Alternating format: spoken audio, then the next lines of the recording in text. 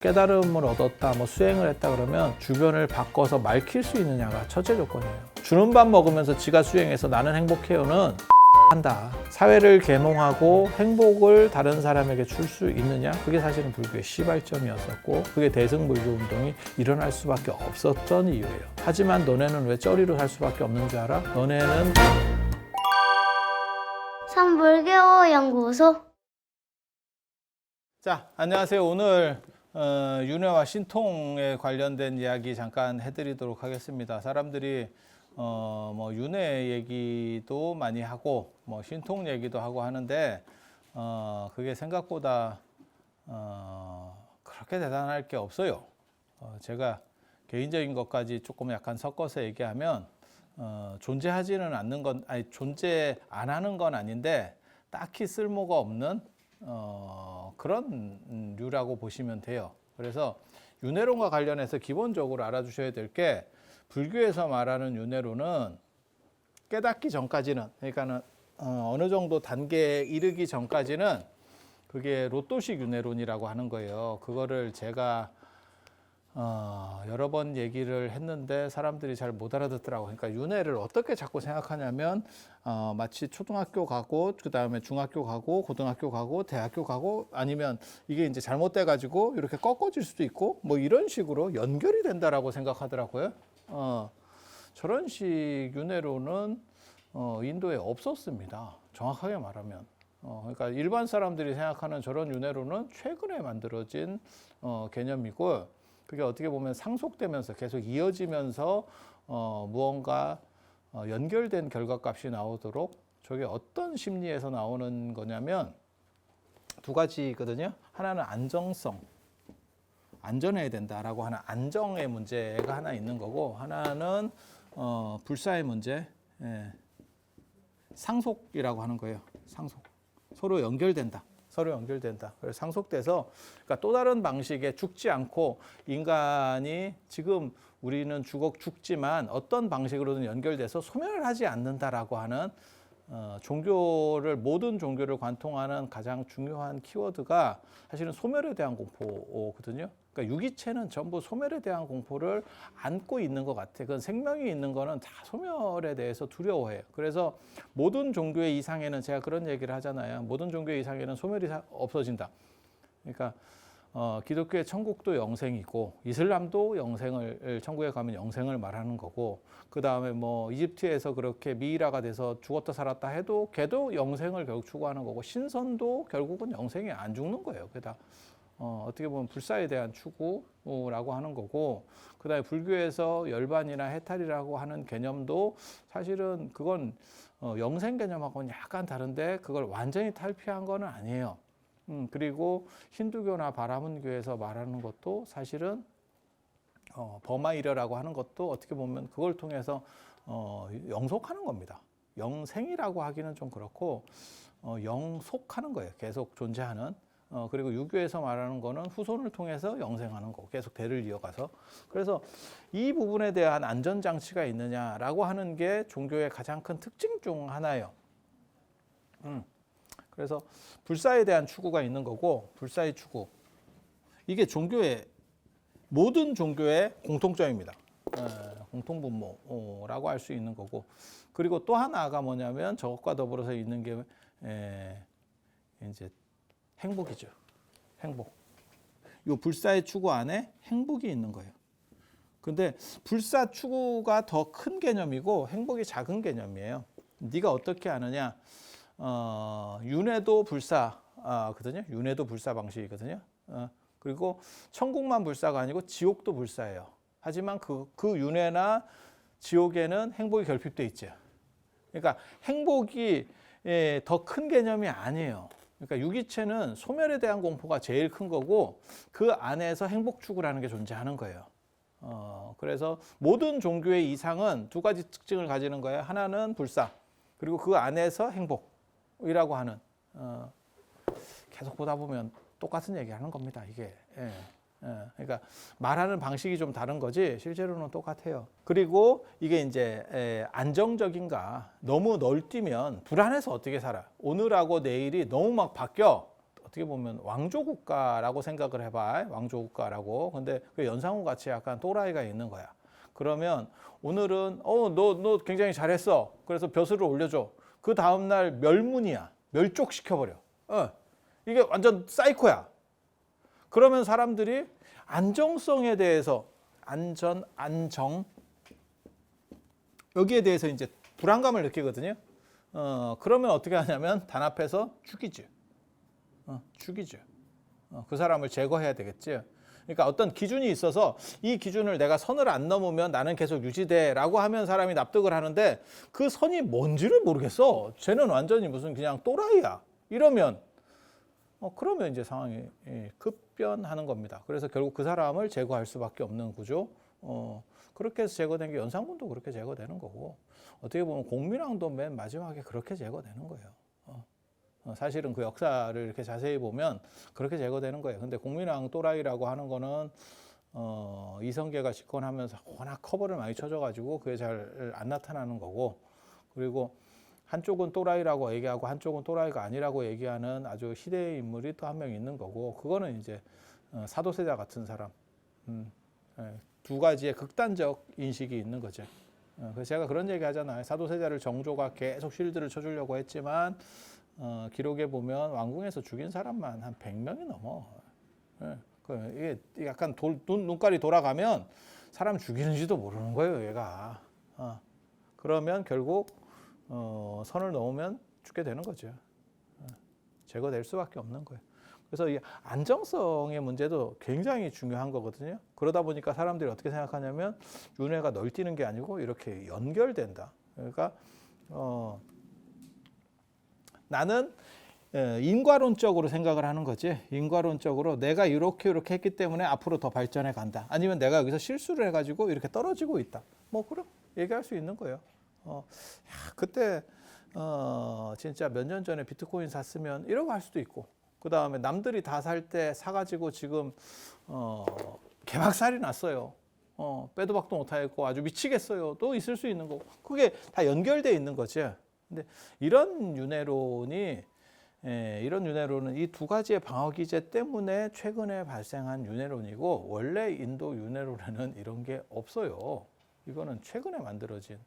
그래서 제가 얘기하잖아요. 이런 식의 연속적 윤회론을 얘기하는 게 실제로는 영국이 인도를 식민 지배하고 난 뒤에 인도의 신비주의에 물이 들어요. 일부가 그게 이제 신지학회 같은 거고 그런 데서 만든 게 이런 식 윤회론인 거고 그리고 걔네는 또 여기서 뭐 하냐면 이 안정성에 한 플러스 알파를 줍니다. 그래서 백은 없다. 앞으로만 갈 뿐이지 백은 없다. 마치 중학교를 졸업한 사람이 학력이 떨어져도 그러니까 머리가 떨어져도 다시 중학교로 내려가는 경우는 없지. 그래서 제가 그런 얘기 하잖아요. 예를 들어서 뭐 박사라고 하더라도 그게 옛날 박사지. 지금은 그냥 쩔이에요. 연세 드시면 쩔이야. 뭐가 있겠어. 이세돌 구단이 알파고 때 뭐 이렇게 해서 날렸잖아요. 지금은 아마 초단한테 질걸? 바둑 초단한테 질걸? 김연아 선수도 마찬가지죠. 그렇게 일세를 풍미했지만 지금 국가대표 선수하고 붙잖아요. 집니다. 맞잖아요. 그건 뭐 현역에서 은퇴를 했고 지금 나이도 먹었고 그다음에 안 뛴 지가 기껏해야 이제 그냥 재미삼아 당신이 하던 게 있으니까 재미삼아 타는 정도를 하겠지 막 선수같이 그렇게 빡시게 안 하겠지. 황영조 선수도 마라톤 대회 나가면 완주를 할까 말까 할걸?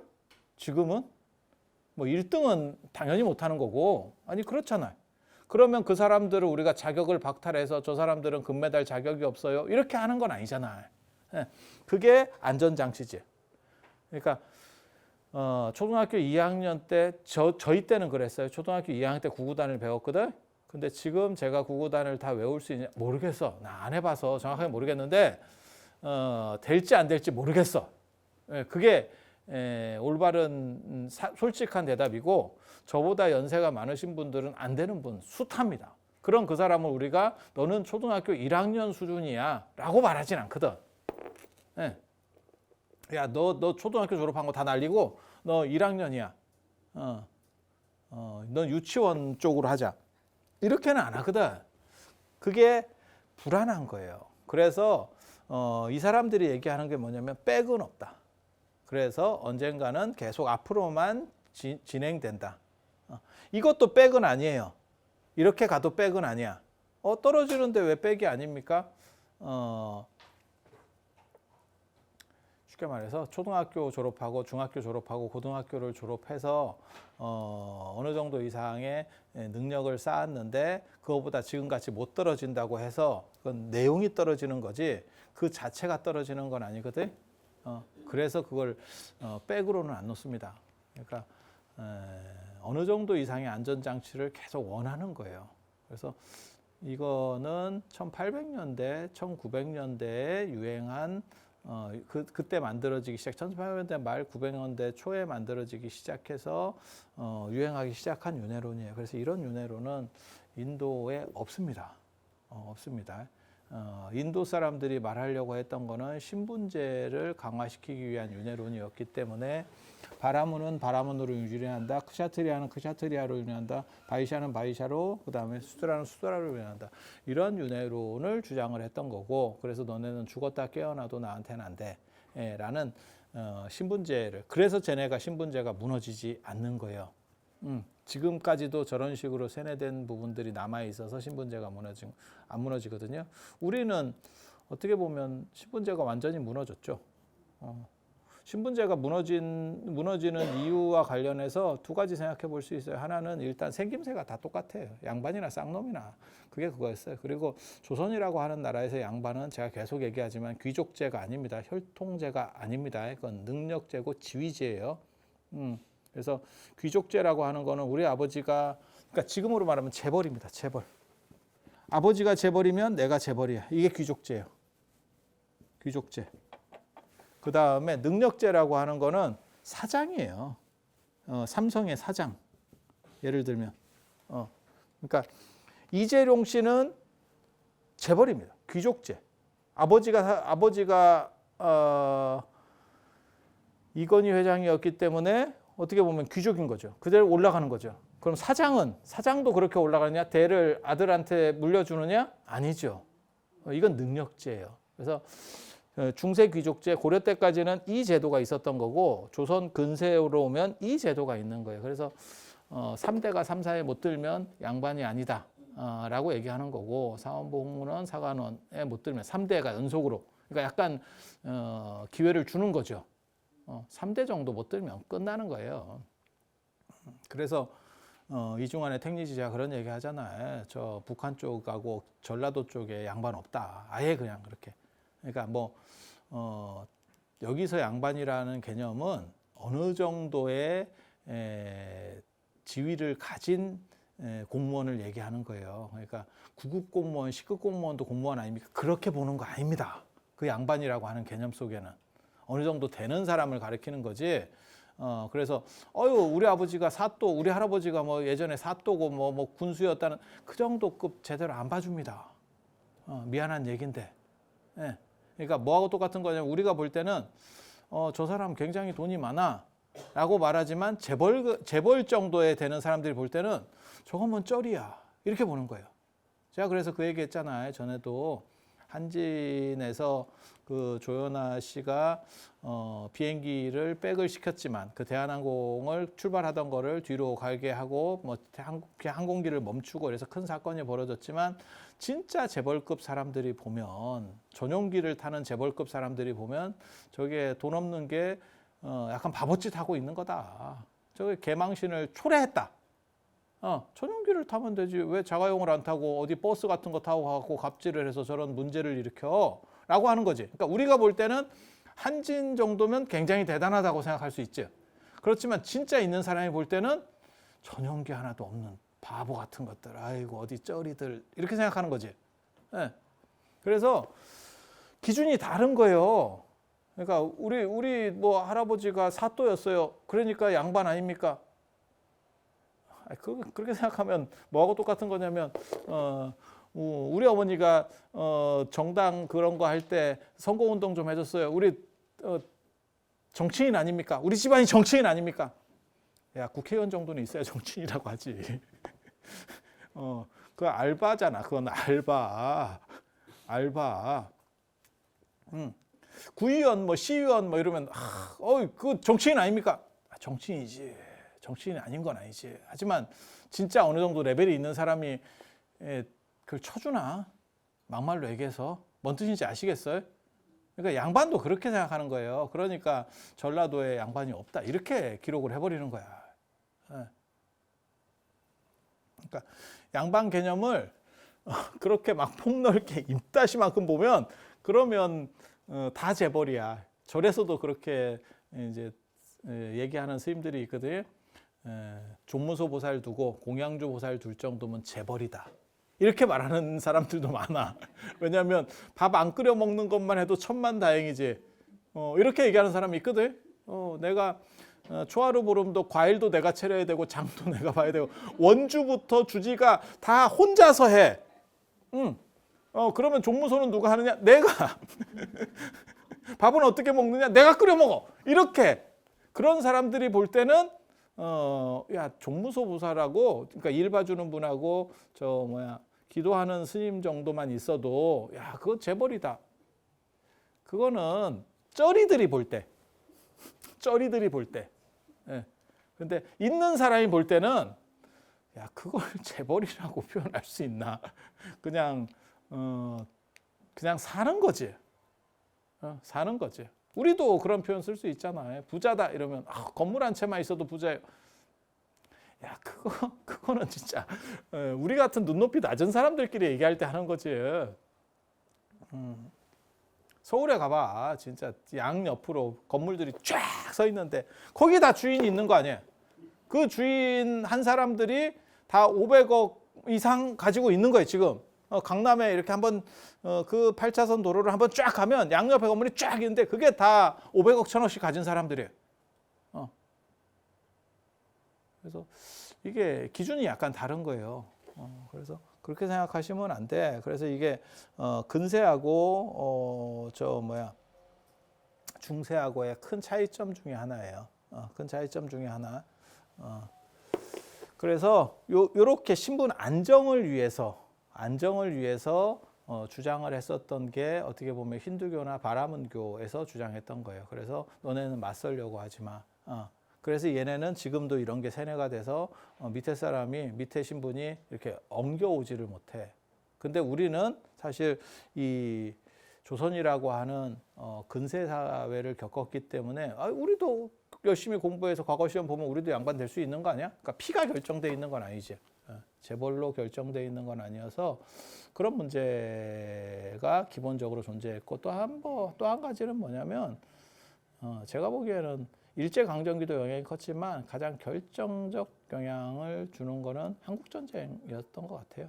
그게 신분제를 완전히 붕괴시키는. 그래서 한번 다 전란 때문에 이동하기도 했고 그 다음에 공산당들이 내려왔을 때 그런 사람들을 다 죽였죠. 속간했지.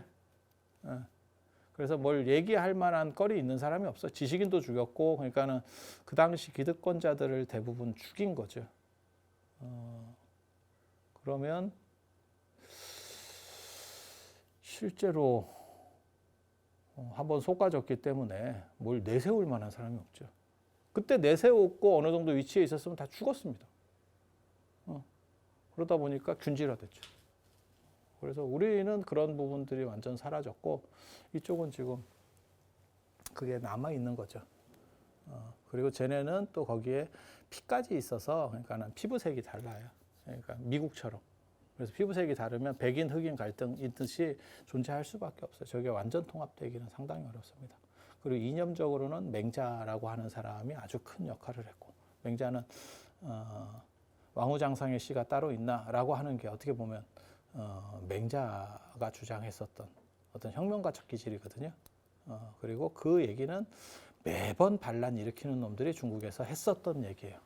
야, 뒤집어서 이기면 되는 거 아니야? 라고 하는 거죠. 그래서 그런 정도 존재한다라고 생각하면 되고 저거를 그런데 동아시아로 저 윤회론이 넘어올 때 약간 다른 식으로 이해했던 것 같아요. 뭔가 패턴을 다르게 이해했던 것 같아요. 그게 이런 식의 어떻게 보면 연결. 그래서 잘 나가는 사람도 이렇게 떨어질 수 있고 안 될 수도 있고 이렇게 된다라고 생각을 했었던 것 같아요. 그래서 동아시아에서 윤회론을 수용할 때 보면 이 방식은 아닙니다. 동아시아는 이 방식은 아니었고 내가 왜 왕인 줄 알아? 나는 전생에 잘해서 왕이야. 그리고 너네가 왜 내 밑에서 저렇게 굴러야 되는지 알아? 그거는 너네는 전생부터 안 돼서 그래. 그러니까 지금 나한테 잘하면 다음 생에 너네에게도 기회가 있어. 라고 하는 자기네식으로 해석하는 거예요. 동아시아 사람들이 윤회론을 자기네식으로 해석하는 거예요. 이게 정당하냐? 정당한지 모르겠습니다. 근데 지네식으로 해석하는 거예요. 유리하게. 그래서 우리나라에 백제나 고구려의 불교가 들어올 때 왕들이 선호했었던 이유가 뭐냐면 자기네 위치를 안정시켜 줄 수 있다라고 판단한 거예요. 이걸 이런 식으로 해석했기 때문에. 근데 실제로는 인도에 이런 식 윤회론이 없습니다. 걔네는 철저하게 신분을 나누려고 하는 윤회론만 존재했었던 거고, 그리고 또 한 가지 뭐가 있냐면 불교는 저거를 깨트리기 위해서 선천성을 부정합니다. 전생에 뭐가 했었던 거는 필요한 게 아니야. 지금 네가 어떻게 사느냐가 중요한 거야. 라고 하는 후천적 논리를 하는 거예요. 그러니까 전생을 끊어가려고 했었던, 그러니까 윤회론으로부터 약간 탈피하려는 모습을 보여요. 그게 만약에 윤회론을 계속 불교가 깔고 갔으면 불교는 문화권을 넘어서 세계 종교가 못 됩니다. 힌두교처럼 지네 나라 문화권 안에만 있는 거예요. 그거를 지역 종교라고 하는 거거든요. 힌두교가 불교보다 훨씬 종교 인구가 많습니다. 근데 힌두교는 인도와 인도 차이나 반도, 인도 문화권 안에만 존재하는 거예요. 그 외의 지역에는 존재하지 않습니다. 그러니까 유교도 마찬가지예요. 그거는 유교가 효나 안 그러면 제사 같은 특수한 구조를 계속 주장했기 때문에 그래요. 그래서 세계 종교를 뻗어 나갈 수가 없어. 우리는 제사나 효가 뭐 특이한 게 왜 특이합니까? 그건 뭐 그럴 수 있는 거 아니에요? 익숙해서 그래요. 힌두교 사람들이 저런 윤회론에 익숙하듯이. 근데 불교는 이런 식의 윤회론을 얘기하지 않고 윤회론은 어느 정도 끊어버리고 후천적인 그 사람의 행위만 가지고 보자. 지금 합리적 사고하고 똑같은 거예요. 현대 사회에서 얘기하는 거예요. 그러니까 우리가 상속세나 이런 거를 많이 부과하는 이유가 뭐냐면 그게 어떻게 보면 부가 세습되는 거지. 그러니까 그거를 최대한 날려버리잖아요. 그게 법적으로 우리가 다 동의해서 그렇게 하는 거잖아요. 그래서 상속세가 무슨 30%예요, 50%예요, 뭐 이렇게 나가는 이유가 어마무시한 세금으로 나가는 거지. 삼성도 이건희 회장이 돌아가시니까 뭐 세금을 못 내가지고 주식을 팔아야 돼요, 뭘 어떻게 해야 돼요 할 정도의 세금이 나오는 거니까. 물론 제가 그런 얘기는 하죠. 나도 그런 세금 좀 내봤으면 좋겠다. 나 상속세 많이 내는 게 원이네. 그거 뭐 50%가 아니라 90%라도 내가 우리 아버지가 1조 물려주시면 내가 90%낼 용이 있습니다. 충분해.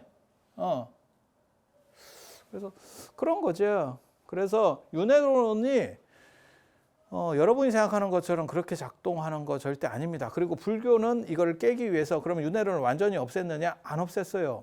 완전히 없앨 수가 없어요. 쟤네의 기본 문화이기 때문에 저게. 그래서 완전히 없애지 않고 랜덤 윤회론을 얘기를 합니다.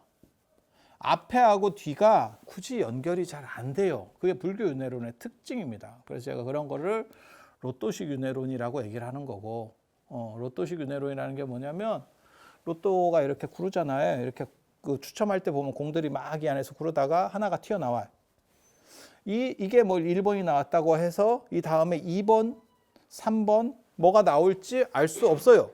2번이 나오고 3번이 순서대로 나오냐? 절대 그렇지 않죠. 만약에 3번이 나오면 그 다음에 5번이 나오느냐? 이런 연속 확률 계산을 할 수 있느냐? 없습니다. 그러니까 만약에 저기에 어떤 대단한 알고리즘이 있고 우리가 발견하지 못한 알고리즘이 있고 그게 존재한다면 그것만 찾아내면 대박이지. 근데 로또의 연결고리를 로또 번호의 연결고리를 어떻게 찾아내겠어? 지금 유튜브 AI님의 알고리즘도 못 찾아내가지고 지금 환장을 하고 있는데 그건 존재하는 거예요. 단지 우리는 쩌리라서 못 찾는 거야. 그걸 찾아내는 사람이 있으면 그거는 유튜브로 성공하는 사람입니다. 그렇게 되는 거거든요. 근데 쩌리들은 못 찾는 거지. 그러면 없느냐? 분명히 있어요. 구글에는 있겠지. 있는지 네가 어떻게 아느냐? 구글은 모르겠고 유튜브는 모르겠고 페이스북에는 그게 있다고 내부 고발이 있었지. 그래서 페이스북이 지금 죽 쓰는 이유 중에 하나가 그 알고리즘에 대해서 내부 고발을 한 사람이 이것들이 아주 추접한 알고리즘을 쓰고 있다. 그래서 너네들의 정신과 돈을 털고 있다. 라는 거를 내부 고발했지. 그게 굉장히 큰 사건이었거든요. 그러니까 알고리즘이 있는 거지. 유튜브에도 분명히 있는 거예요. 근데 이제 우리는 쩔이니까 그런 걸 모르는 거지. 하지만 이거를 찾을 수 있느냐? 이 로또의 연결고리를 찾을 수 있느냐? 이러면 이건 대단한 또 다른 문제가 벌어지는 거거든. 그래서 거의 랜덤식이에요. 그러니까 인과가 작동은 하는데 연속 인과가 아니에요. 이게 어떻게 보면 돌연변이 같은 그런 식이라고 보면 됩니다. 그걸 저렇게 주장을 함으로 인해서 불교에서는 이게 연속으로 이렇게 가면 무슨 일이 벌어지냐면 그러면 굳이 급한 게 아니잖아. 좀 천천히 해도 되는 거 아니야? 이렇게 되는 거예요. 그리고 이걸 너무 이렇게 꼬꾸라지지만 않도록 하면 되잖아. 이렇게 좀 안정성이 있는 거지. 근데 불교 윤회론에서는 사실 그 안정성 고리가 끊어져 있어요. 그래서 그 당시에 붓다가 얘기했을 때 뭔가 이렇게 사람들이 급격하게 쏠려올 수밖에 없는 게 그 다음을 보장할 수 없다. 지금 안 끝내면 다음 기회는 존재할 수 없다. 그러니까 어떻게 보면 되냐면 공무원 시험을 보는데 우리 매년 있어요 라고 하기 때문에 떨어져도 어쩔 수 없는 거고 다음에 또 할 수 있어. 하지만 여기는 어떻게 되는 거냐면 붓다가 얘기하는 식의 윤회론에서는 일회성이에요. 일회성. 다음에 시험이 있긴 있어. 언제인지 모르겠고 어떻게 되는지 모르겠어. 그러면 이번에 합격해야지. 아니면 접든지 둘 중에 하나를 해야지. 그래서 머리에 붙은 불을 끄듯이 뭐 이렇게 사람들이 쫙 딸려올 수 있는 게 머리에 붙은 불을 끈다는 게 뭐냐면 머리카락에 불 한번 붙여봐요. 그러면 막 확 타거든. 그런 식으로 그런 불을 끌 때 사람이 취하는 것처럼 빠른 태도를 보이게 된다라는 모습이 나오는 게 사실은 불교 윤회론의 특징이에요. 그래서 전생에 뭘 했다 그래서 이게 지금 이어지느냐? 아닙니다. 그렇게 이어진다라고 주장하는 거는 달라이라마나 저 티베트의 쩌리들밖에 없고 사실은 그게 연속성이 거의 없어요. 그건 부처님 생애에서도 나타나는 현상이에요. 앞생과 뒷생의 연결고리들이 없어요. 그러면 어느 정도가 되면 그 안정성이 확보되느냐? 일반 사람은 안 되고 어느 정도 기준이 돼서 깨달음을 얻었을 때 그게 어떤 단계인지 정확하게 잘 모르겠어요.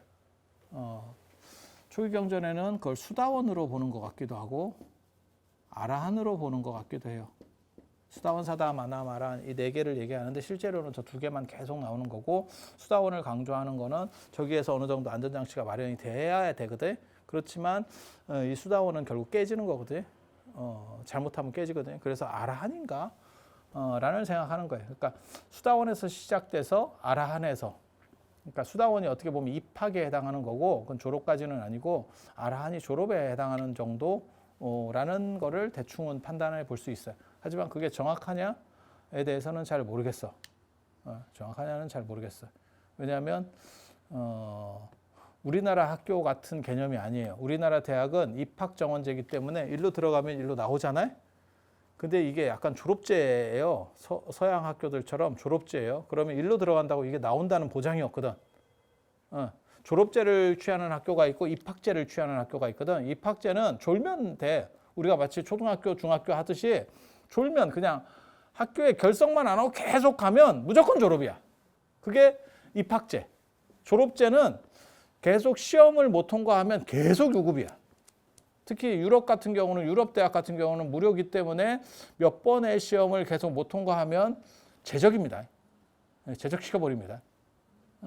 그래서 이 연결고리를 그렇게 졸업제로 만들어 놓으면 이게 의미가 있나 이제 이런 생각을 해볼 수 있죠.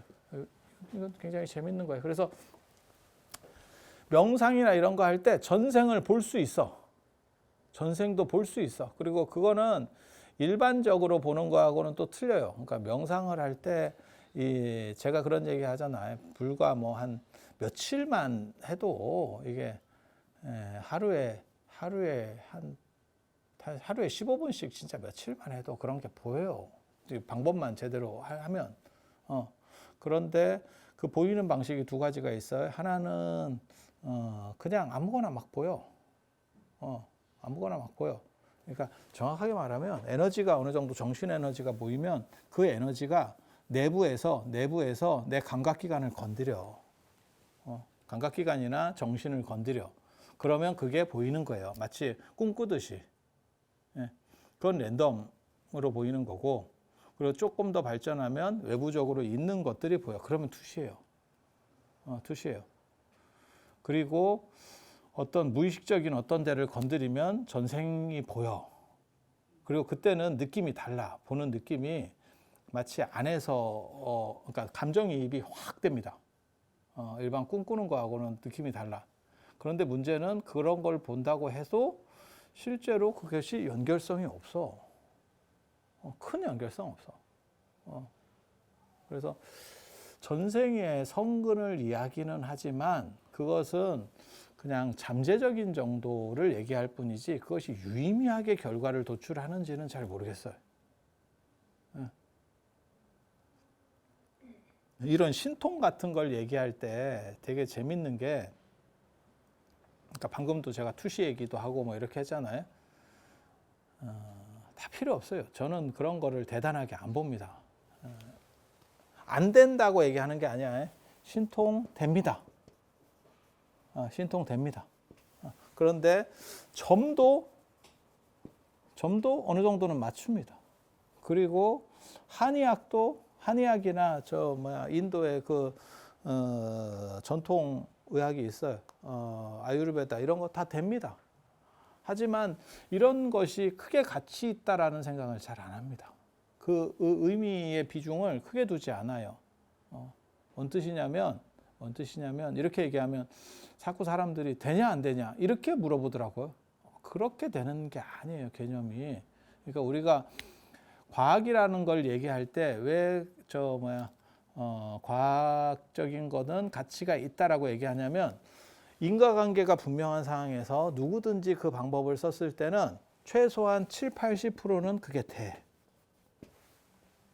그러니까 내가 감기에 걸렸는데 병원에 가서 이렇게 치료를 받았어 라고 했을 때 그 동일 치료를 받으면 같은 감기 종이면 70-80% 100%냐? 아니, 절대 그렇진 않아. 100%는 안 돼. 과학도 안 돼. 과학도 안 돼. 그래서 이게 동일 인과에서 어느 정도 이상의 유의미한 값을 계속 내기 때문에 그것은 의미가 있는 거예요. 그런데 만약에 인과가 약간 불투명해서 이게 한 30에서 40%밖에 결과가 안 나, 결과값이. 그러면 안 되는 건 아니야. 하지만 저것을 따라갈 필요가 있느냐에 대해서 생각을 해봐야 돼. 저 방식을 취할 수 있느냐? 이렇게 생각을 해야 돼요. 그러니까 제가 그런 얘기 하거든요. 뭐 투시가 되고 뭐 어쩌고 저쩌고 안 그러면 무슨 막 예지력이 생겨서 어떻게 되고, 그런 사람도 있어. 그리고 그런 경험하는 것도 어렵지 않아. 하지만 그걸 자기가 컨트롤을 못 합니다. 그래서 그게 랜덤으로 보이기 때문에 쓸모가 없다라고 저는 얘기를 하는 거고, 만약에 그게 자기가 컨트롤할 수 있으면 다 필요 없어. 용한 무당 점 안 봐도 됩니다. 그냥 로또를 계속 사면 돼. 제가 늘상 하는 얘기 있어. 로또 2번만 맞춰봐, 연속으로. 그러면 전국적으로 뜬다. 전국적으로 뜬다. 로또 한 번만 맞아도 거기가 로또 명당이라 그래서 매출이 급격하게 올라갑니다. 왜 매출이 올라가는지는 나는 잘 정확하게 이해는 못하겠어. 왜? 그렇게 맞췄으면 그 다음에 안 맞을 확률이 높아지거든. 터진 데서 연속으로 터진다고 생각하는 것도 되게 웃기는 거예요. 터졌기 때문에 안 터질 확률이 큰 거야. 내가 예를 들어서 빠찡고 기계를 이렇게 내렸어. 그런데 거기서 터졌어. 그러면 그 기계는 그만해야지. 확률이 급격하게 떨어지는데? 아니, 우리 생각은 그건데 사람들은 그렇게 생각을 안 해. 역으로 확률이 높아진다라고 생각하는 거야. 그 기계가 터지는 기계에서 계속 터진다. 아닐 것 같은데. 내 생각에는 아닐 것 같은데. 그러니까 거기서 로또가 맞았으면 오히려 그 집은 피해야 될 것 같은데 사람이 간다고. 근데 예고를 해서 맞췄어. 내가 로또 번호를 맞추겠습니다. 그렇게 해서 한 2번을 연속으로 맞췄어. 야, 그거 점 안 봐도 죽을 때까지 먹고 산다. 그 로또 맞은 상금 비용이 문제가 아니고 그 몇백 배의 이익이 그 사람에게 돌아갈걸? 사람들이 집중되면서.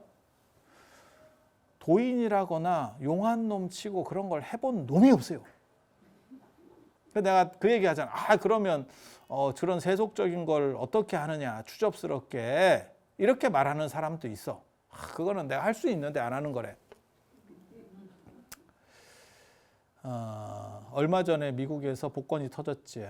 그게 누적되면서 그게 뭐 1조 6천인가가 터져가지고 세금 띄고, 복권 세금이 무진장 많거든. 상속세만큼 많거든. 복권도. 그게 약간 불로소득 비슷하게 잡히기 때문에. 그래도 9천억에서 1조를 수령했습니다. 그 사람이. 9천억에서 1조를 수령했어. 한 번만 그게 터지잖아. 네가 평생 하고 싶은 거 다 할 수 있다. 그리고 네 집단이 하고 싶은 거 다 할 수 있다. 그러니까 뭘 어떻게 하고 뭘 어떻게 하고 뭐 이런 얘기들을 그런 사람들이 또 많은 말을 얘기하거든요. 다 할 수 있어, 다 할 수 있어. 그런 거를 한 2번만 터지잖아. 유럽이나 미국 쪽에서. 그러니까 제가 늘상 하는 얘기 있어요. 그 로또 번호만 잘 맞추면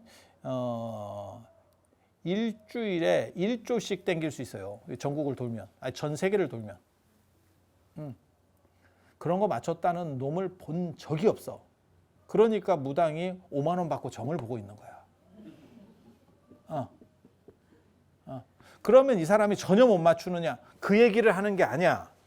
그 얘기를 하는 게 아니야. 전혀 못 맞추면 그러한 문화가 수천 년 동안 내려갈 수 없어요. 확률이 낮고 언제가 이게 터지는지를 잘 모르는 거야. 이러니까 그걸 신뢰하기가 어렵다라고 얘기하는 거예요. 굿이 효과가 없습니까? 효과가 있어. 효과가 없는 게 아니고 효과가 있어. 너는 그 효과 있는 걸 어떻게 아느냐? 왜?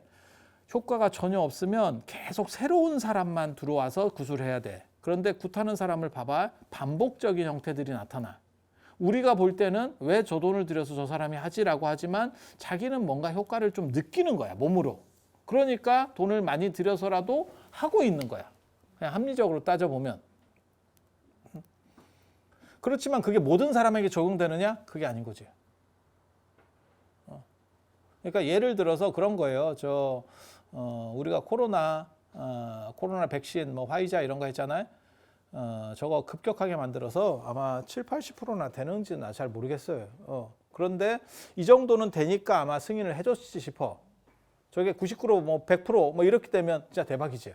근데 그렇게 빠른 시간에 그 정도를 만들지는 못했을 거예요. 그런데 예를 들어서 30~40%가 나오잖아요. 이러면 우리가 뭐라고 얘기하냐면 러시아에도 백신이 있고 중국에도 백신이 있어. 그걸 뭐라고 우리가 약간 비꼬아서 얘기하자면 물백신 이렇게 얘기하잖아. 이 상황이 되는 거예요. 그러면 이게 효과가 전혀 없느냐? 러시아 거 중국 거는 효과가 있어. 어느 정도는 있다니까. 근데 그게 나한테 작동하는지 얘한테 작동하는지 알 수가 없는 거야. 뚜렷하지가 않은 거야. 계속 맞으면, 수액 맞듯이 계속 맞으면 될지도 모르지. 그 확률을 높여갈 수도 있겠지. 근데 그거는, 그래서 그런 식으로 봐버리면 무슨 일이 벌어지냐면 이게 큰 의미가 유의미하냐에 대한 얘기를 하는 거예요. 그러니까 우리가 민간요법 이런 거 쓰잖아요. 되게 많어. 어디가 아프다 그러면 뭘 삶아 먹으면 용하다더라. 그리고 늘상 나오는 거 있잖아. 나는 자연인이다 이런 거 보면 암 사기인데 뭘 삶아 먹고 나았어요. 그러면 거기에 꼭 자막이 딱 쳐지거든. 이거는 그 출연자 개인의 견해고 방송과는 전혀 관계가 없다는 걸 알려드립니다. 왜 이렇게 선을 치겠어? 잘못했다가 너네가 삶아 먹으라 해서 삶아 먹었는데 별 볼 일 없었어. 이렇게 할 수도 있기 때문에. 그럼 효과가 없느냐? 있다니까. 효과가 있다니까. 근데 그 효과가 유의미한 정도까지 안 된다는 거예요. 그래서 이런 부분들이 만약에 한의학도 예를 들어서 한의학이라든지 저런 것도 전통 민간요법 다 효과가 있어요. 어느 정도는 효과가 있어요. 근데 만약에 그것을 과학적으로다가 완전히 인정받을 정도까지 하려면 그거를 전부 철저하게 분석을 해서 데이터를 여기까지 끌어올려야 돼요. 최소한 이 정도까지는 끌어. 이걸 만약에 90% 이상대로 오면 대박이지. 예. 가능성이 없다는 생각은 안 해. 하지만 지금은 아직은 아니야. 그래서 저런 것들을 한의학을 얘기하는 게 아니에요. 점이나 뭐 이런 것들 얘기하는 거예요. 유사과학이라고 하는 거예요. 언뜻 들으면 과학 같아. 하지만 그게 확률이 떨어져. 그래서 그런 얘기 있잖아요. 예. 관상은 과학이다. 이런 얘기 들어봤어요? 얼굴 생김새를 딱 보고 쟤는 싸가지가 없겠다. 쟤는 배신형이야. 뭐 이런 거 있어. 그런 거를 제일 좋아하셨다고 알려진 분이 전 잘 모르는데 그냥 썰에 의하면 이병철 회장이 예전에 그래서 관상 보시는 분하고 같이 그 사람 뽑을 때 들어보셨어요? 그런 얘기들이 있었죠. 있었죠. 그러니까 당신은 그런 부분에 대해서 뭔가 선호도가 높은 거야. 근데 그때 만약에 시험 점수 좋았는데 떨어지면 이중으로 상처를 받지. 내가 거지같이 생겼구나. 이렇게 되겠지. 그래서 그렇게 생각을 하시면 돼요. 그래서 지금 이거 적은 게 뭐냐면, 그러니까 신통이나 이런 것도 마찬가지예요. 사실은 안 되는 게 아니고 돼요. 하지만 그게 유의미한 값을 가질 수 있느냐에 대해서 문제 제기를 할 수 있는 거예요. 그리고 지금 여기 적어 놓은 게 이게 이제 태극, 점 보는 거거든요. 점 보는 거거든요. 태극이 맨 위에 있고, 얘 짝대기로 그리면 안 되는데, 내가 짝대기로 그려놨네. 태극이 있고, 그 다음에 그게 이제 음하고 양으로 나뉘는 거야. 음하고 양으로. 이쪽에 양, 이쪽에 이렇게 끊어진 건 그 다음에 짝대기는 양, 이렇게.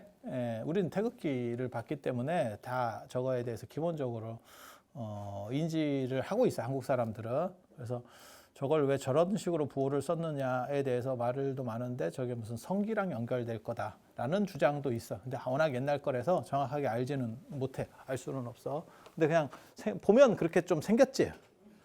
그래서 그런 것 같다라고 해서 얘를 두 번 겹치면 이렇게 되는 거예요. 이거 태양. 요거하고 요거를 하나를 섞어서 이렇게 겹치면 이게 음이 먼저 가고 그다음에 양이 내려오니까 이걸 소음이라고 하는 거예요. 소음.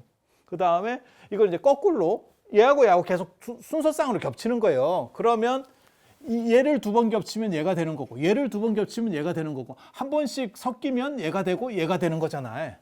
아니 그냥 순서상으로 봤을 때 이거 뭐 어려운 거 하나도 없어요. 어려운 거 하나도 없어.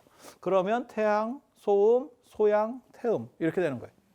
이게 그 이재마가 말하는 사상의학이라는 겁니다. 얼마나 이게 참 미개한지를 알 수 있지. 잘 봐. 그래서 태양의 체질을 가진 사람은 양기가 충만하니까 김종국 같이 된대. 몸짱에다가 이제 이렇게 딱 체형 좋지. 좋지. 아니 나쁘다는 뜻이 아니에요. 태음, 음기가 쭉 쌓이면 눈사람 같이 된대. 살쪄가지고 약간 굴러다니는 사람 이렇게.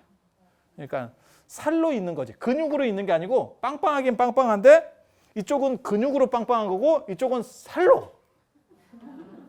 이해가 되시죠? 이게 눈사람 김종국. 아니 그냥 체형들을 봐봐. 주변에 체형들을 봐봐. 그래서 조금만 먹어도 살쪄요 하면 얘야. 그리고 얘는 운동한다고 김종국이 되느냐? 안 돼. 아니 걔네는 그렇게 얘기해. 사상의학 쪽은 그렇게 얘기해. 그리고 이 제일 어떻게 보면 좋은 게 소양이에요. 소양 체질이 제일 좋아. 소양 체질은 음하고 양하고 같이 있는 거. 이건 너무 강력한 거고 이거는 음하고 양하고 같이 있는데 소양은 호리호리하면서 근육 있는 거. 아이돌 중에서 근육 있는 애들 있잖아. 예전에 뭐 옥태견 뭐 이런 애들이 소양이에요. 몰라. 걔 운동 안 하면 막 살이 찔지도 모르겠는데 그냥 우리가 볼 때는 그런 애야. 소음 비실비실. 그냥 이렇게 약간 젓가락 스타일 있잖아. 저런 애 운동한다고 되느냐? 안 돼요. 안 돼. 옛날에 뭐 배형만 이런 너무 옛날 사람도 얘기하는데 이렇게 약간 이렇게 좀 굉장히 가는 분들 있잖아요. 먹어도 살 안 찌는 체질의 대부분이 이쪽입니다. 그리고 여자들도 이렇게 보면 그냥 뭐 굴곡 없이 이렇게 민자로 야, 쟤는 좀 너무 애빈 거 아니야? 이렇게 되는 사람들 있잖아요. 예, 그 이런 쪽이에요. 그래서 여자는 이쪽도 괜찮을 것 같아요. 좀 축복받은. 축복받은. 여기 먹으면 가성비 끝내주지 막 쫙 올라온다. 이게 이렇게 해서 네 가지로 나누는데 이런 게 이제 사상의학이라고 하는 거거든요. 그래서 그 체질에 맞게 뭘 이렇게 해서 약한 거는 보충을 해주고 강한 거는 좀 이제 약을 써가지고 이제 깎아주고 그런데 요거를 순서상으로 요 네 개를 한 번 더 겹치면 이렇게 가요. 손태이진 송강강곤이라고 해서 이렇게 순서상으로 쭉 겹쳐봐. 겹쳐서 동일한 거는 빼고 그러면 이렇게 가. 그래서 손태이진 송강강곤 이 중에서 이제 우리 예전에 외울 때는 그렇게 외웠거든. 건이에요. 건태이진 송강강곤. 건태이진 송강강곤. 건삼년. 건은 세 개가 다 이어져 있다. 태상절. 태캐는 상이 끊어져 있다. 이중어. 이쾌는 중간이 허하다. 비었다. 이 얘기예요. 진하련. 그러면 진캐는 밑에가 연결돼 있다. 진은 아래만 연결돼 있다. 진하련. 이런 식으로 외운다고. 예. 그리고 우리가 아는 네 가지가 여기 있지. 건, 리, 그 다음에 간, 곤. 그래서 이게 하늘, 땅, 그 다음에 물. 이게 불이에요. 그래서 물은 이거 뒤집으면 이게 물 숫자가 이렇게 되잖아요. 그래서 양쪽에 끊어져 있고 가운데 흐르고. 그래서 물은 중간에 좋은 거는 다 중간으로 모인다라고 하는 거고 불은 오히려 중간이 온도가 낮다라고 말하는 거예요. 그래서 우리가 향 같은 거 붙일 때도 보통 이제 촛불에다가 갖다 박는 분이 있고 그러면 잘 안 붙지요. 오히려 위로 올리는 게 불 위로 올리는 게. 그래서 이건 이중어니까 중간이 오히려 약하고 양쪽이 강한 게 불. 이렇게 생각하는 거라니까요. 이렇게 순서상을 다 겹치면 8쾌라고 하는 거예요. 그 중에서 눈깔만 빼가지고 우리가 태극기에 갖다 꽂은 거고 8개를 하는 게 아니고 그리고 이걸 다시 한 번 더 겹치잖아. 그럼 6개짜리 짝대기가 나옵니다. 이게 총 순서상으로다가 해가지고 겹치는 걸 빼면 64개가 나와요. 이걸 64쾌라고 합니다. 쾌. 64개가 나와. 64개가 나와. 그리고 64니까 이걸 하나씩을 하면 64 곱하기 6이 됩니다. 몇일까? 4, 6에 24, 6, 6에 36, 384개가 나와. 이 384개를 가지고 하는 게 주역점입니다. 주역점 384. 주역점이 맞느냐? 안 맞아요. 제가 주역학회 회장님한테 사사를 받은 사람입니다. 안 맞습니다. 우리 선생님도 그렇게 말씀하셨어요. 점치다가 좋은 게 나오면 스톱하고 죽을 때까지 치지 마세요. 그냥 평생 그걸로 믿고 삽시다. 그게 합리적인 거예요. 아니 우리는 똑같은 철학이라고 말을 자꾸 이렇게 써서 그러는데 이제 일반적으로 철학관 점쟁이들하고 우리는 진짜 그냥 학문적 철학, 저는 철학과 출신이니까 학문적 철학을 하는 거예요. 그래서 그런 사람들은 저거를 격언으로 보는 거지, 쉽게 말해서 교훈으로 삼는 거지, 저거를 저렇게 막 진짜 점사가 맞고 이렇게 보지 않아요. 그런 걸 의리역이라고 하고 점사가 맞는 거를 상수역이라고 합니다. 이게 다릅니다. 계열이 완전히 다릅니다. 그래서 제가 주역이 엄청난 소질을 가진 사람이에요. 여러분이 몰라서 그렇지. 주역이 알딸딸하기 때문에 창의적인 사람이 엄청 잘 돼요. 잘해요. 그러니까 저는 불교는 중관하고 주역하고 선하고 이런 게 제 주특기예요. 그리고 계산적이고, 그러니까 유식, 유식학, 불교의 유식학도 있거든요. 그런 건 굉장히 계산적이고 논리적이거든요. 잘 안 됩니다. 그냥 직관적이고 통밥적이고, 그러니까 미학적인 사람들이 주식이 아니고 주역이 주역. 주역, 중관, 선 이런 게 잘 돼. 그러니까 약간 예술하는 과들. 그래서 거기에는 답이 정해져 있는 게 아니고 딱 했을 때 감각적으로 딱 알아듣는 거거든. 그래서 이거 굉장히 재밌어요. 그래서 우리 선생님이 저한테 주역 배우러 중국 유학 가라고 했는데 돈이 없어서 못 갔지. 그때 갔으면 또 인생이 또 바뀌지 않았을까? 그리고 이런 쪽 약간 예술적인 사람들이 순발력이 좋은 거죠. 그래서 약간 버라이어티에 강한 거고. 이해가 됩니까? 그러니까 다 그게 연결되어 있는 거예요. 다 연결되어 있는 거예요.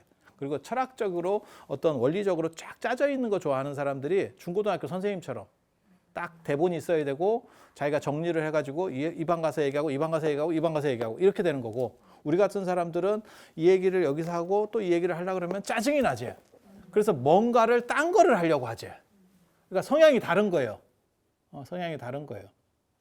그래서 우리 같은 사람들이 중고등학교 때까지 쩌리가 될 수밖에 없고, 왜냐하면 그거는 정리가 잘 된 거를 외워야 되는데 그게 안 되거든. 그 다음에 이제 올라가면 창의력 비중이 점점 높아지거든, 대학원이나. 그러면 이제 상황이 급변합니다. 그리고 지금 시대에는 우리 같은 사람이 이제 콘텐츠 부자가 될 수 있고 순발력도 좋아지고 이렇게 되는 거고.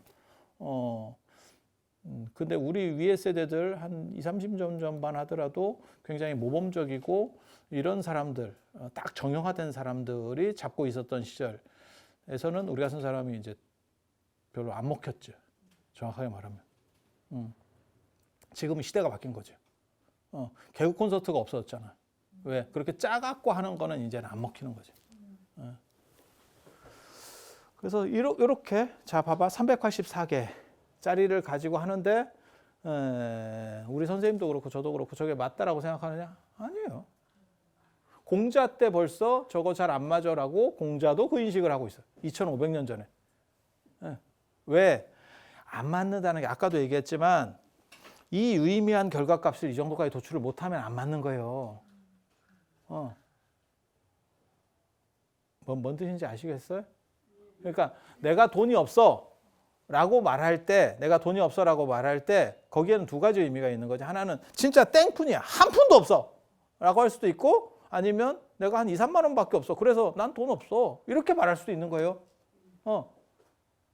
예전에 내가 우리 형하고 싸울 때 그때 쓰레기 문제로 싸웠지. 나한테 쓰레기통을 비우래. 그래, 나는 쓰레기를 버린 게 없어. 이랬더니 내가 요만한 거 버린 거를 거기 쓰레기통에 주워와가지고 이거 네가 버렸잖아 이러더라고. 내가 버린 게 없어라고 말한 거는 그 쓰레기의 상당 부분에 나는 한 1%밖에 차지하지 않았어. 근데 왜 내가 버려야 돼? 라고 나는 말한 거였고, 우리 형은 너도 동참했으니까 네가 밑에니까 네가 버려야 돼 라고 해서 박 터지게 싸웠지. 박 터지게 싸웠지. 그러니까 나는 쓰레기를 버린 게 없어 라고 했더니 우리 형은 너는 거짓말을 하고 있어 이러더라고. 그러니까 의미가 다른 거지. 그러니까 여기서 똑같은 얘기하는 거예요. 이게 전혀 의미가 없느냐? 아니야. 안 된다는 얘기하는 게 아니야. 돼. 하지만 유의미한 이 정도의 결과값을 얻어내지 못하면 이것을 기준 삼아서 일을 할 수는 없어. 여러분이 만약에 청약을 해. 근데 청약 확률이, 대로 확률이 이 정도야. 이러면 어떻게 하냐면, 그러면 중도금 마련할 생각을, 계산을 때려야 되는 거야. 근데 한 10% 이하야. 그러면 그냥 던져보는 거예요. 그러면 안 되냐? 안 되면 아예 던지지도 않겠지. 가능성이 어느 정도는 있으니까 던지는 거지. 하지만 그게 유의미한 결과값으로 나온다고 생각을 안 하는 거지. 우리 주변에 이런 일이 많다니까요. 그래서 공자도 안 된다라고 생각했으면 아예 그런 개쓰레기 이러면서 없앴겠지. 하지만 된다라는 생각은 해. 하지만 그게 유의미한 결과값이 아니기 때문에 그것은 교훈으로 삼을 수는 있어도 그것을 맹목적으로 따를 수는 없어 라는 판단을 하는 거예요. 그게 의리역이라고 하는 겁니다. 그러니까 교훈을 참고는 하지만 그것으로 판단 기준을 삼지는 않는다라는 생각을 하는 거예요. 뭔 얘기를 하고 싶으냐면, 주역도 그런데, 그건 384개를 가지고 하는 주역도 그런데, 야, 4개 갖고 하는 게 맞겠냐?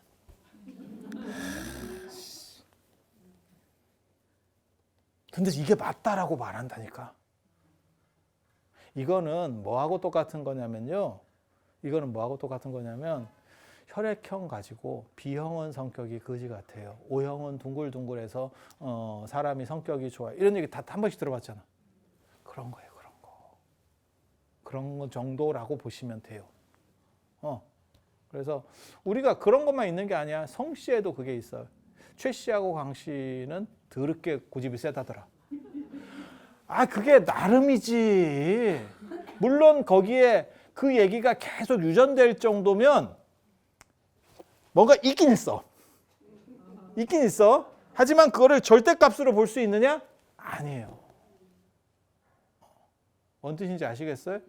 그래서 이런 것들은 작동하지만 신통이나 이런 것들이 경험이 아예 안 되느냐? 아니야. 돼. 한의학은 효과가 없냐? 아니 돼. 점은 효과가 없냐? 돼. 하지만 그것이 유의미한 작동 범위를 가졌느냐에 대해서는 생각을 해봐야 돼. 그래서 우리는 어떻게 생각하는 거냐면 이런 것도 충분히 가능하다라고 생각해. 그러니까 이런 거를 다 부정하느냐 그게 아니고 이런 거를 긍정은 하지만 쏠릴 정도는 하지 마라 라고 하는 거예요. 그러니까 만약에 예를 들어서 누가 점 보러 가. 나는 안 말려. 나는 그런 데에 대해서 생각보다 관대하다니까. 뭐 예를 들어서 우리 어머니가 어디 가가지고 부적을 하나 사. 괜찮아. 선만 안 넘으면. 선이라는 건 뭐냐면 10만 원을 받든 20만 원을 받든 30만 원을 받든 저 정도면 그냥 할매가 가서 얼마나 그 사람을 괴롭혔겠어. 그 품값이라고 생각하고 줄 수 있어. 하지만 저 사람이 뭐 100, 500 이렇게 받았어.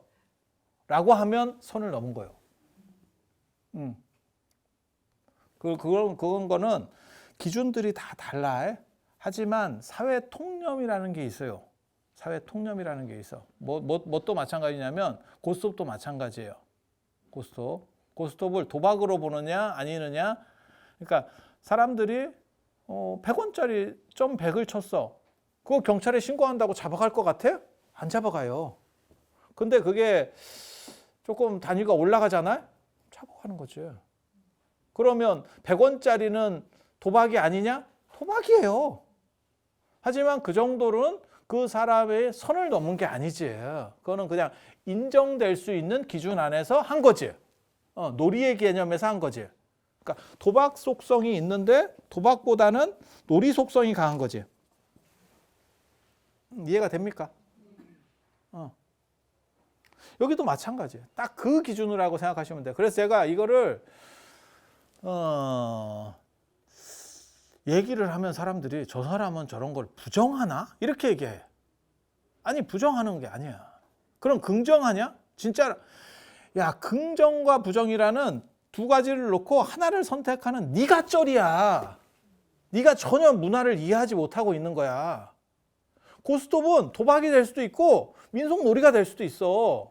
그럼 민속놀이면 도박의 기운이 전혀 없는 거냐? 있어요. 거기에 왜 그게 없어? 그러니까 100짜리 치다가 1000짜리로 올라가고 점 만으로 올라가는 거 아니오?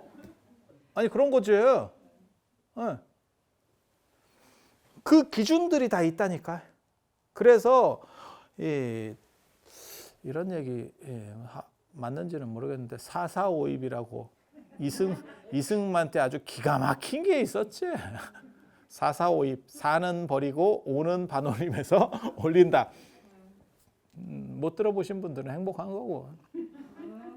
다 어른들 아시잖아요. 그 445입 개헌 들어보셨죠? 그래서 저도 그렇게 생각하는 거예요. 이게 50% 정도 미하면 이거는 신뢰도를 낮게 봐서 버리기 쉬운 쪽. 게르기라고 들어보셨어요? 닭갈비? 그게 이제 조조가 저기를 내가 계속 잡고 가야 되냐. 저 지역을 내가 먹었는데 잡고 가야 되냐. 저거 먹어봐야 별 소용이 없거든. 게륵 같은 데가 어딘지 아세요? 저 동아시아에서 게륵 같은 데가 고구려 같은 데예요. 중국 입장에서 고구려 같은 데가 게륵이야. 짜증은 나서 먹었는데 그걸 계속 연구 지배를 하느냐? 지배 안 하지. 이유는 수익이 안 돼. 오히려 저게 통치 비용이 더 들어. 조세로 걷는 것보다 인구 밀도가 낮아서. 그래서 손을 빼는 거예요. 그래서 딱 게륵 같은 정도지. 살은 있어. 그래서 먹을 거는 있어. 먹잘 게 없지. 그걸 게륵이라 그러는 거거든. 닭갈비. 예, 닭갈비. 그래서 게륵이라고 했을 때 이걸 주둔해야 되냐 말아야 되냐 이러면서 그러다가 지가 혼잣말로 그렇게 얘기했다는 거잖아. 게륵인데 이거. 이렇게. 그러니까 그걸 들었던 부장들 중에서 총명한 사람은 짐 싸고 있더래잖아. 이건 뺀다. 이건 뺀다. 이제 게륵도 먹을 거냐 뺄 거냐를 생각을 해야 되는 거예요. 여러분은 그런 생각 안 해보셨어요? 이게 뭐 이렇게 옆에서 이렇게 음식 같은 거 먹다 보면 생선 같은 경우도 진짜 악랄하게 먹는 몸 안에 음식물 분쇄기가 있는 것처럼 깔끔하게 드시는 분이 있어. 이건 씹을 수 없는 거다만 빼놓고 나머지 다 먹어. 이런 분도 있고 그 다음에 이제 대충 말라 먹는 분들 있지. 그냥 큰 것만 이렇게 하고 근데 저는 그 뭐 나쁘다는 생각을 안 하는데 근데 저도 그게 있어요. 우리가 못 살 때 사람들의 특징이 다 못 먹을 거면 건드리면 안 된다라는 생각이 있어. 그래서 해적거려 놓으면 안 된다. 근데 사실은 지금은 관계가 없어. 그러니까 그렇게 먹어도 저는 무방하다고 생각해요. 왜냐하면 어차피 해적거리지 않아도 버립니다. 그러니까 그렇게라도 먹는 게 오히려 낫겠다라는 생각도 하거든. 근데 우리는 죄의식이 있어서 그게 잘 안 돼. 그러니까 제일 잘못하는 것 중에 하나가 제가 그 얘기 하잖아요. 밥을 밥 한 공기가 나오면 밥 다 못 먹을 것 같으면 밥 뚜껑에 덜어 놓거나 어떤 사람은 밥 뚜껑을 덜어서 그 뚜껑밥을 먹어. 내가 보기에는 그건 복 나가는 전형적 행동인데. 근데 생각해 보면 먹고 그냥 남겨도 결과값은 똑같아. 그러면 그 주인이 그 뚜껑에 남긴 거를 덜어 놓은 거를 누구한테 낼 거야? 지가 먹을 거야? 어차피 버리는 거 똑같아.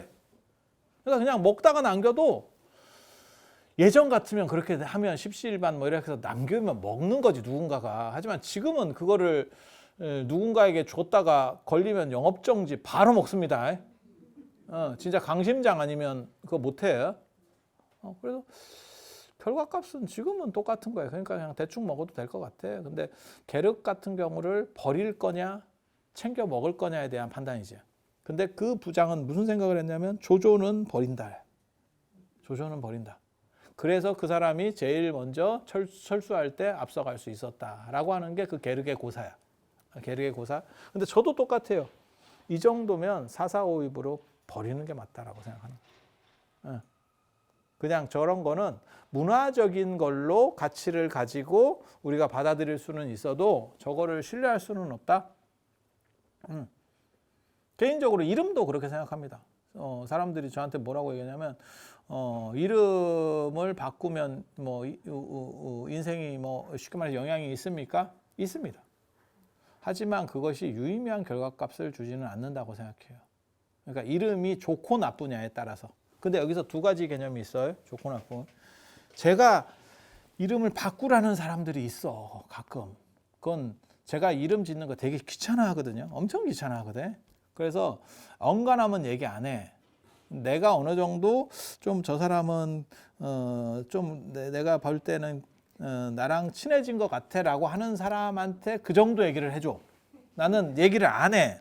왜냐하면 귀찮으니까. 이게 보통 제가 늘상 얘기하지만 제일 귀찮은 게 이름 짓는 거하고 이름을 모든 법칙을 맞춰서 지으려면 한글, 한자, 그 다음에 그 숫자 배열을 맞춰야 되고 그 다음에 뜻이 있어야 되고 그 다음에 불용 한자를 빼야 되고 인명 한자를 써야 되고 그리고 그게 또 좋은 이름을 정하면 전부 연예인한테 다 있어. 그래서 연예인 이름을 또 빼야 되고 유명한 놈 빼야 되고 그렇게 해서 또 좀 특별하면서 약간 안 들어본 것 같으면서 너무 안 들어본 거는 안 되고 그리고 뜻도 좋아야 되고 부르기도 좋아야 돼. 아이씨 이거를 이거를 빼내기가 쉽지가 않아.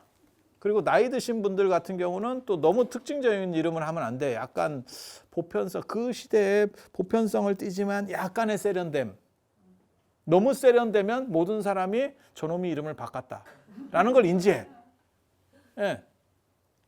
그래서 이름 바꾸는 거를 얘기하면 그러니까는 뭐 획수 때문에 뭐 이런 것 때문에 이게 이름이 획수라든지 안 그러면 어떤 그 성명학적 이론에 의해서 복이 들어오고 나오는 게 차이가 있습니까? 몇 프로 안 된다고 생각합니다. 마치 학교로 얘기하면 중간고사 있고 평가 기준이 중간고사 있고 보고서 있고 뭐 이런 평가 기준들이 있는데 그 중에서 가장 쩌리가 뭐냐면 출석이에요. 출석 한두 번 빠져도 큰 차이 없습니다. 성적에 큰 차이 없습니다. 그 정도만 이름은 영향을 준다고 생각해. 그래서 그게 큰 유의미하지 않다라고 생각해. 그런데 어떤 부분 때문에 제가 바꾸라고 얘기하냐면 촌스러운 이름.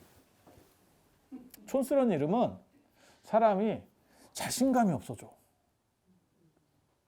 그래서 이름을 말하거나 안 그러면 어디 관공서나 이런 데 가서 병원 가서 이름 부르면 화들짝 놀래. 딴 사람 듣기 전에 빨리 뛰어가야지. 이렇게. 아니야, 있어. 보살님 그거 겪었지?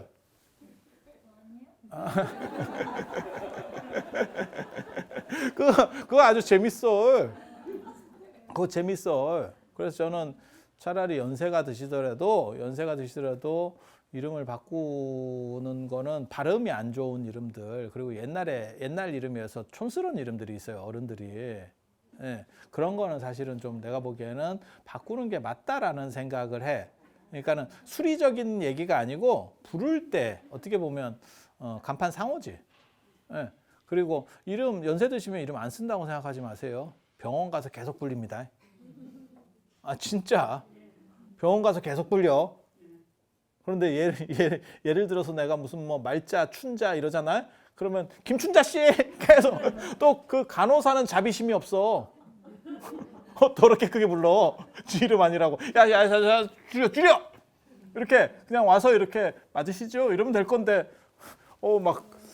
그래서 저는 그런 스트레스를 굳이 받을 필요가 없다라고 보는 사람이기 때문에 그게 무슨 타고나는 것도 아니고, 그래서 그런 의미로는 이름을 바꾸라고 하지만 뭐 수리적으로 좋네 나쁘네 뭐 어쩌고 해서 그걸 하면 뭐 대박이 나요. 야씨 그걸로 대박이 나겠냐? 그래서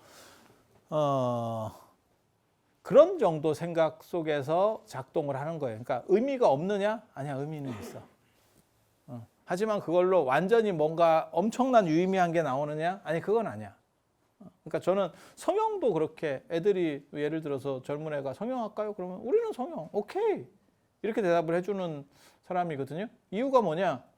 이 정도까지는 아니더라도 이 정도의 개선 효과가 있는 건 맞아요. 맞아. 성형을 해서 좀 더 이뻐졌어. 그리고 연세 드신 분도 저는 성형하는 게 맞다고 생각해요. 성형 찬성론자입니다. 아니 눈이 쳐져가지고 진짜 눈가리가 안 보이는데 어떻게 해, 이렇게. 그러면 원래 저 사람이 김종국이었느냐? 아니야. 원래는 왕눈이었는데 늙어가지고 이게 이렇게 해갖고 이렇게 됐대. 그리고 양쪽이 다 짜부러지면 모르는데 한쪽만 짜부러지는 사람도 있어요. 그래갖고 자기 딴에는 되게 불편한 거예요. 이게 잘 안 보이니까. 저는 하는 게 맞다라고 생각을 해요. 그렇게 해서 눈도 좀 커지고 이미지도 좋아지면 좋은 거지. 거기에 이제 뭐 어떤 값이 나오는 거냐면 아까 얘기한 그런 점이라든지 뭐 이런 거에 값도 똑같아요. 뭐가 똑같은 거냐면 선을 넘지는 말아야지. 그러니까 예를 들어서 뭐 몇백만 원을 들여, 성형은 좀 비싸니까 몇백만 원을 들여서 내가 만족도도 높아지고 훨씬 기분도 좋아지고 그다음에 내가 사는데도 편해. 이게 장애가 없어지니까. 그러면 오케이. 하지만 그거를 할매가 몇 천을 들여가지고 갈아엎었어요. 그건 선을 넘는 거지. 예. 왜? 그게 이 정도의 유의미한 결과값을 주면 몇 천이 아니고 몇 억을 들여도 괜찮아요. 90% 이상의 결과값이 나. 여러분들이 여러분 자녀들이 공부 잘하도록 돈을 갖다 이렇게 갈아서 넣잖아. 그 이유가 뭐냐면 공부는 이 정도 이상의 결과값을 줍니다. 걔가 공부를 잘해서 좋은 학교에 가고 하면 걔가 좋은 조건을 가질 확률이 높아져요. 맞잖아. 취미생활에 그 정도를 갖다 박을 수는 없지. 왜냐하면 취미생활은 그 사람의 행복도라든지 대외관계에 있어서 좋은 영향을 줄 수 있어. 그게 부정하는 거 아니야. 하지만 그것은 유의미한 결과값으로, 그러니까 50% 이상 정도의 결과값을 줄 수 있느냐? 그렇게 못 주지. 그러니까 여러분 자녀가 예를 들어서 해외여행, 유럽 여행을 가고 싶어. 엄마 나 돈 200만 줘. 이러면 그게 필요하냐? 이렇게 생각하지. 근데 학원에 가야 되는데 그 학원비를 계산해 보면 막말로 얘기해서 한 6개월 그거보다 더 나와. 근데 그 학원비는 주잖아. 왜? 거기에는 유의미한 결값이 있다라고. 충분히 그 이상의 결값이 나온다라고 생각하는 거고, 그런 여행도 의미가 없는 건 아니야. 분명히 그건 의미가 있어요. 하지만 그 돈까지 들여서 그게 가능하냐?에 대해서 계속 생각하게 되는 거지. 아니 맞잖아. 내 말이 맞잖아. 예를 들어 똑같은 노트북이든 컴퓨터든 내가 사달라고 하는데 걔가 게임을 하고 있어. 그러면 게임이 의미가 없는 건 아니지. 그러니까 엄마가 잘 안 사주지. 하지만 그게 걔가 무슨 공대를 다니거나 안 그러면 무슨 디자인 작업 같은 걸 해야 돼서 컴퓨터가 느리면 애가 힘들어. 그러면 어떻게 돼? 이렇게 잡히는 거지. 아니 맞잖아. 그러니까 모든 일이 다 그래요. 그런데 저거를 흑백으로 딱 계산해가지고 되냐 안 되냐 이렇게만 물어보면 그거를 보고 뭐라고 얘기하냐면 그냥 무식한 거예요. 무식한 거예요. 지는 전혀 모르는 거야. 그쪽에 대해서. 그래서 점이든 신통이든 한이든 민속의학이든 다 돼. 효과 다 있어. 단 유의미한 결합값으로 볼 수 있느냐에 대해서는 판단들이 달라. 윤회론도 마찬가지예요. 윤회 전생을 봤어. 가능해. 하지만 그것이 유의미한 결합값을 줄 수 있느냐에 대해서 생각을 해야 돼요.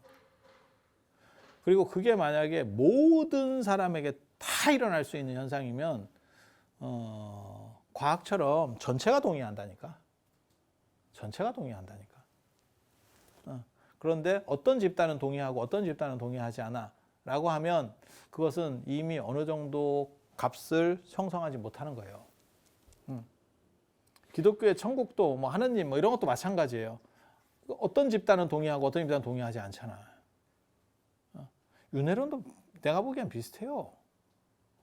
어떤 집단은 동의하는 거 어떤 집단은 동의하지 않는 거야. 그러니까 그건 보편성에서는 사실은 완전한 보편성을 갖추었냐에 대해서는 생각을 해봐야 돼. 그리고 불교는 분명히 말씀드리면 윤회론이 빠져도 종교가 돌아가요. 그래서 세계 종교로 갈 수 있는 거예요. 윤회론이 필수였으면 인도 문화권을 절대 못 벗어납니다. 힌두교처럼. 그래서 쩌리들이 얘기하는 것처럼 불교의 윤회론은 필수예요 라고 말하는 거는 진짜 좀 떨어지는 것들이 얘기하는 거예요. 그리고 동아시아만 하더라도 선불교에서는 윤회론이 필수가 아니었었습니다. 필수가 아니었었습니다. 그래서 제가 늘상 그런 얘기 하잖아요. 삼봉정도전이 불시주와 답변에서 윤회론에 대해서 비판을 하거든요. 그건 교훈 정도 아니냐? 왜 너네 약간 사기치는 거 아니야? 라고 했을 때 하머득통이 현정론을 쓸 때 그것은 실제 하는 거야 라는 식으로 안 써요. 한 발 물러납니다. 왜? 조선 전기에도 하머득통 정도면 원래는 고려 사람이거든요. 고려에서 나라가 바뀐 거지. 내가 크다가 나라가 바뀐 거지. 여기도 그런 분 있는 거 아니에요? 나라 바뀐 분? 일제강점기에 태어났는데 난 일본 사람으로 시작해서 한국 사람으로 죽고 있어요. 이렇게 두 나라를 살고 있어요. 격동의 시절을 산 사람은 진짜 몇 나라를 살았지. 조선에서 대한제국을 살았다가 일본을 살았다가 한국까지 4나라를 살다가 돌아가신 분들도 있어요. 생각을 해봐요. 4나라를 살았는데 4개국어를 하느냐? 말은 한 나라 말밖에 못한다는 거. 참 이거 재밌지. 그래서 그런 정도 생각을 하시면 돼요. 그래서 하머득통 정도 시절이면, 그러니까 조선에 저는 제대로 된 스님이 없다라고 말하는 게 조선시대만 하더라도 제대로 교육받기가 쉽지가 않아요. 승려들이. 그래서 뛰어난 사람이 없는데 고려시대에는 제도가 다릅니다. 스님들이 공부하는 제도 자체가 달라요. 방식이 달라. 그건 이제 복잡하니까 지금 말할 상황은 아닌데 그냥 간략하게만 얘기하면 아무튼 고려에는 승려들이 지식인으로서 최고의 지식인이 될 수 있는 조건들이 있었고 조선에는 그게 안 돼요. 그런데 하머득통 정도까지만 하더라도 고려 사람이기 때문에 그 유풍이 남아 있어. 그런데 그러니까 불교를 몰라서 그 얘기를 한다는 게 그렇게 대답했다고 얘기하는 게 아니라는 뜻으로 얘기하는 거예요. 그런데 하머득통 현정론을 보면 한 발 뺍니다. 윤회론에 대해서는. 왜? 그 당시 그러니까 고려 불교의 유풍 속에서도 윤회론에 대해서는 비판적 시각이 존재하고 있었던 거예요. 그런데 오늘날 이거를 막 절대화시키는 좀 내가 보기에는 중세 인식이에요. 그 정도면 좀 많이 떨어지는 인식이에요. 옛날 인식. 옛날 인식.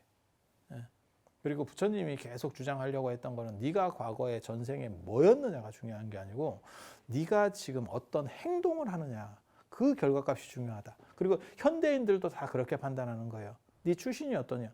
얼마 전에 지금 엊그저께 저 영국의 총리가 바뀌었잖아요. 그분이 힌두교도고, 저는 깜짝 놀랐어요. 힌두교도고, 그다음 이민이잖아요. 인도 사람이 이민 가가지고 그렇게 됐다는 거 아니에요. 굉장히 놀라운 일이죠. 굉장히 놀라운 일이죠. 어떻게 보면 그 사람이 우리나라 같으면 그게 가능할 거라고 생각하세요? 우리나라 안 됩니다. 외국인이 한국 국적 취득했어. 그 사람이 예를 들어서 대통령에 나와. 안 됩니다. 안 됩니다. 그러면 그 사람 자식이야. 내가 이민 1세대고 내가 뭐 이슬람에서 저기 뭐야 파키스탄이나 이런 데서 이런 건설 노동자로 왔어. 안 그러면 뭐 조선소나 이런 데로 왔어. 그런데 내가 여기서 결혼해 가지고 한국인하고 결혼해서 애를 낳았어. 그렇게 해서 걔는 처음부터 한국인이잖아. 넘어온 것도 아니고 국적이 바뀐 것도 아니고 처음부터 순수 한국인이야. 그러면 걔가 대통령이 될 수 나오면 우리가 뽑아줄 것 같아? 안 뽑아. 안 뽑아. 아직 한국은 그렇게 안 돼요. 그런데 영국이라든지 미국의 오바마 대통령 됐을 때도 제가 그 생각했거든요. 야, 쟤네들은 진짜 그래도 우리보다는 약간 더 선진국인 것 같다. 우리보다 조금 더 선진국인 것 같다. 이 생각을 했지. 왜? 진짜 그 사람의 능력이 합당하다면 그 사람의 조건이나 피부색을 넘어설 수 있다라고 본 거지. 그 판단이 우선이 된 거예요. 그러니까 후천적 판단이 우선인 거야. 선천적 판단이 우선이 돼버리면 어떤 일이 벌어지냐면 영국인이면 대대로 영국 사람이어야지. 영국 총리를 무슨 백인 안에서 그러니까 영국 순수 혈통중에서 찾아야지. 무슨 이거 이상한 딱 봐도 영국 사람 아닌 것처럼 딱 생겼는데 피부색이 다른데 아니 그렇지 않아요? 뭐 축구팀 뽑는 것도 아니고 축구팀의 용병으로 그런 분들은 들어갈 수 있어도 야 구단주가 그렇게 되기는 쉽지 않을걸? 그런데 똑같은 거지. 그래서 쟤네가 우리보다는 그런 쪽에서는 아직도 조금 더 발전해 있구나.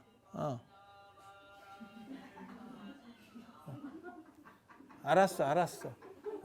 끝낸다. 그래서 그런 판단이 사실은 부처님께서 말씀하신 판단이에요.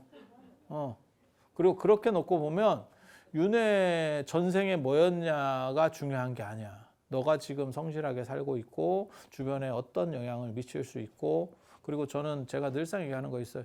불교로서 깨달음을 얻었다, 뭐 수행을 했다 그러면 주변을 바꿔서 말킬 수 있느냐가 첫째 조건이에요. 그리고 그게 문제가 돼서 저 소승이 욕을 먹은 거예요. 주는 밥 먹으면서 지가 수행해서 나는 행복해요는 개도 한다. 개도 한다. 사회를 계몽하고 행복을 다른 사람에게 줄 수 있느냐? 그게 사실은 불교의 시발점이었었고 그게 대승불교 운동이 일어날 수밖에 없었던 이유예요.